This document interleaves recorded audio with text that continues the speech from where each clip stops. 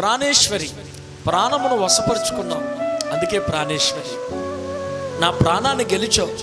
ఎలా గెలిచావు అని అంటే, నీ విధేయతను బట్టి నన్ను గెలిచావు. స్తోత్రం. దేవుణ్ణి మనం ఎలా గెలుస్తాం తెలుసా? విధేయత చాలా అవసరం. ఆది కాండంలో అవిధేయత ప్రారంభమయ్యి పాత నిబంధన స్టార్ట్ అయింది. మత్తయి సువార్తలో విధేయత ప్రారంభమయ్యి కొత్త నిబంధన స్టార్ట్ అయింది. ఆదాము అవిధేయత మరణాన్ని తీసుకొచ్చింది. యేసుక్రీస్తు ప్రభులు వారి విధేయత జీవాన్ని తీసుకొచ్చింది. హల్లెలూయా.